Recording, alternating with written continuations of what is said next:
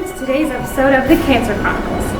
Now, I'm sure we've all been exposed to the dreadful effects of cancer at one point in our lives or another, and so we all await the day that cancer is conquered.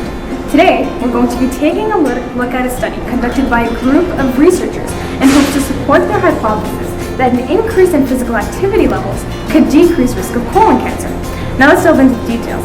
They started off by giving a questionnaire regarding lifestyle, leisure time activities, physical activity levels, and diet to a simple population of around 800 individuals who had been successfully treated from stage 3 colon cancer and continued to receive adjuvant chemotherapy. They administered the first survey midway through their treatment and the second survey 6 months after they had completed the treatment.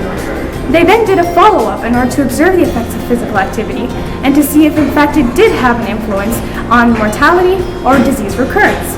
Now, bear in mind, those that have been successfully treated from cancer are typically at a high risk of reacquiring the disease. So, they did the follow-up 3 years after the second questionnaire was administered, and this is the typical time for cancer recurrence. Interestingly, the results were as follows.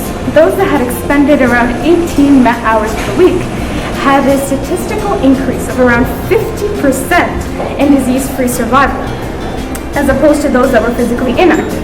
And this is consistent among different genders, races, and ethnical backgrounds.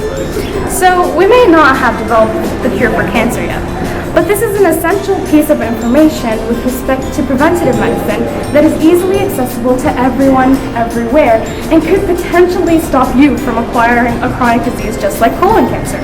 So take-home message for today, well, what are you waiting for? Start exercising.